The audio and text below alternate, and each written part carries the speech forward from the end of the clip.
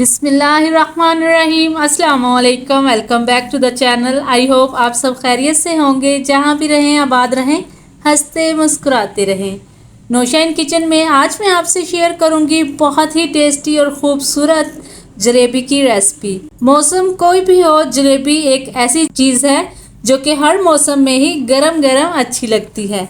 तो आप अपने घर में खुद जलेबी कैसे तैयार कर सकते हैं, कुरकुरी और रसीली जलेबियां आप घर में कैसे मिनटों में तैयार कर सकते हैं, सब कुछ इस वीडियो में मैं आपसे शेयर करूंगी।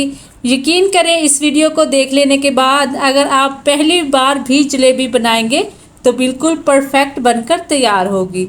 तो आपने क्या करना है कि वीडियो को बिना स्किप किए एंड तक देखना है।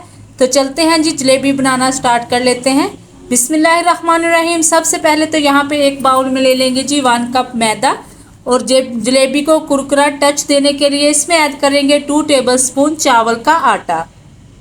2 टेबलस्पून ही इसमें दही ऐड कर देंगे और इन सारी चीज़ों को अच्छे तरीके से एक बार मिक्स कर लेंगे।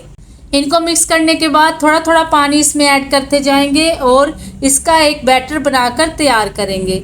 आपने क्या करना है, एकदम से इसमें पानी ऐड नहीं करना, उससे क्या होगा कि इसमें गुठलियाँ भी बन सकती हैं और बैटर जो है वो ज़्यादा थिन भी हो सकता है, जो जिससे जलेबी जो है वो अच्छी और परफेक्ट नहीं बनेगी। इसलिए थोड़ा थोड़ा पानी इसमें ऐड करते जाएं और इसे मिक्स करते जाएं।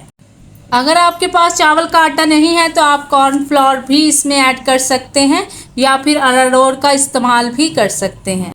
आज जिस तरीके से मैं जलेबी आपके साथ शेयर करूंगी, यकीन करें इतना कोई आसान तरीका है कि जो बिगिनर्स हैं वो भी इस रेसिपी को फॉलो करते हुए बिल्कुल परफेक्ट जलेबी बनाकर तैयार कर सकते हैं। तो यहाँ पे देखें जी, 1 कप पानी का हमने यहाँ पे इस्तेमाल किया है और बहुत ही ज़बरदस्त सा बैटर यहाँ पे रेडी हो चुका है, बिल्कुल स्मूथ।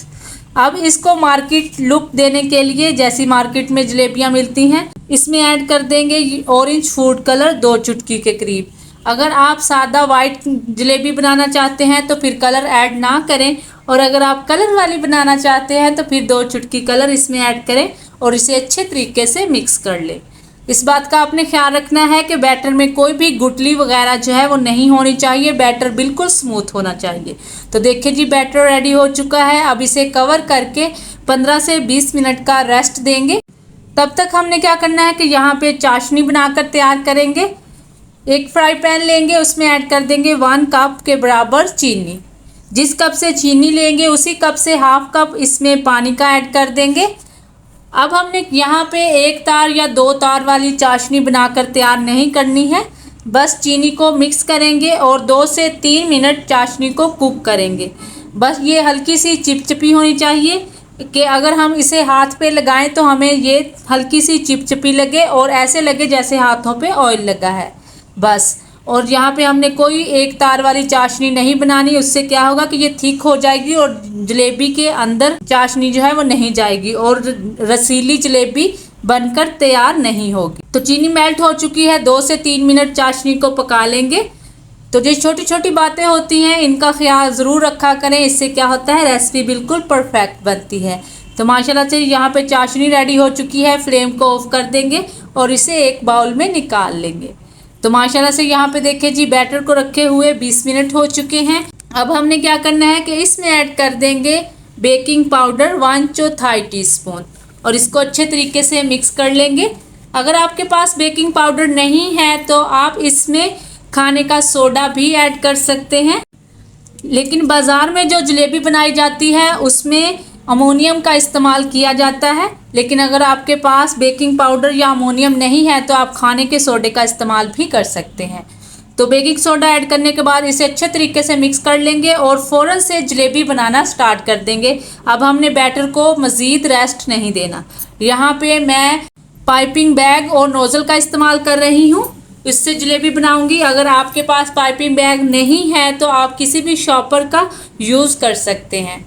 तो यहाँ पे घी में हम जलेबी बनाएंगे, क्योंकि घी में जलेबी जो है वो बहुत ही खस्ता बनकर तैयार होती है। तो आपने क्या करना है कि जलेबी जिस शेप में भी आप बनाना चाहते हैं बना सकते हैं, लेकिन यहाँ पे एक ख़ास बात जिसका आपने ध्यान रखना है कि जलेबी को यहाँ से आप जलेबी का स्टार्ट लेंगे, वहीं पे आपने जलेबी का एंड भी करना है।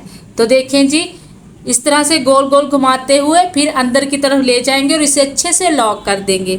इससे क्या होगा कि जलेबी जो है वो टूटेगी नहीं, खुलेगी नहीं, इसके बल जो है जैसे आपने बनाए हैं वैसे ही रहेंगे। तो आपने इस स्टेप को ज़रूर फॉलो करना है। 2 से 3 मिनट में एक साइड से अच्छे से फ्राई हो जाती है तो इसकी साइड को चेंज कर देंगे। लो टू मीडियम फ्लेम पे हम जलेबी को कुक करेंगे तो माशाल्लाह से बहुत ही ज़बरदस्त और कुरकुरी जलेबियां बनकर तैयार हो जाएंगी। तो दोनों साइड से माशाल्लाह से बहुत ही ज़बरदस्त सी कुकिंग हो चुकी है। अब हमने क्या करना है कि ऑयल से निकालने के बाद फ़ौरन से इसे चाशनी में डिप कर देंगे, जो कि हमने पहले से तैयार करके रखी हुई है। 30 सेकंड के लिए इसे चाशनी में डिप करके रखेंगे। इससे ज़्यादा आपने चाशनी में इसे डिप नहीं करना। तो इसे निकाल लेंगे और एक्स्ट्रा चाशनी जो है उसे निकलने देंगे। तो जैसे बाज़ार में जलेबी बनाई जाती है अब हम आपको वैसे भी बना के दिखाते हैं। जिस तरह की डिज़ाइनिंग भी आप करना चाहते हैं वो आप कर सकते हैं, वो आपके हाथ में है, वो आप पे डिपेंड करता है कि जैसे आपको अच्छी लगती है आप वैसे ही इसकी डिज़ाइनिंग कर सकते हैं। तो बस जी ऐसे ही हमने सारी जलेबियाँ जो हैं वो बनाकर तैयार कर लेनी है। तो माशाल्लाह से आप देखेंगे कि 1 कप मैदे से हमने 2 प्लेट भर कर जलेबियों की तैयार कर ली है और माशाल्लाह से बहुत ही खूबसूरत और टेस्टी बनती हैं। तो ये है जी इनकी फाइनल लुक। माशाल्लाह से बहुत ही खूबसूरत कुरकुरी और रसीली जलेबियां यहाँ पे बनकर तैयार हो चुकी हैं। आपको जैसे भी पसंद हो आप इसे बना सकते हैं, लेकिन जलेबी बनाते हुए आपने एक बात का ख़ास ख्याल रखना है कि आपने हमेशा फ्लैट बर्तन का ही इस्तेमाल करना है। जैसा कि हमने फ्राई पैन का इस्तेमाल किया है तो फ्लैट बर्तन का इस्तेमाल करेंगे तो जलेबी बिल्कुल परफेक्ट बनकर तैयार होगी।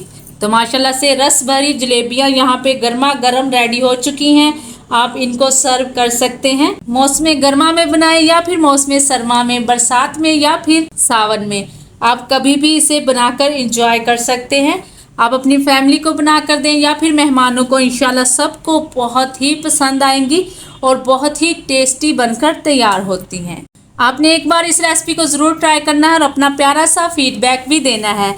अगली रेसिपी तक दीजिए इजाज़त। अपना और इस चैनल का बहुत सारा ख्याल रखिए। आयशा को भी दुआ में याद रखिए। अल्लाह हाफिज़।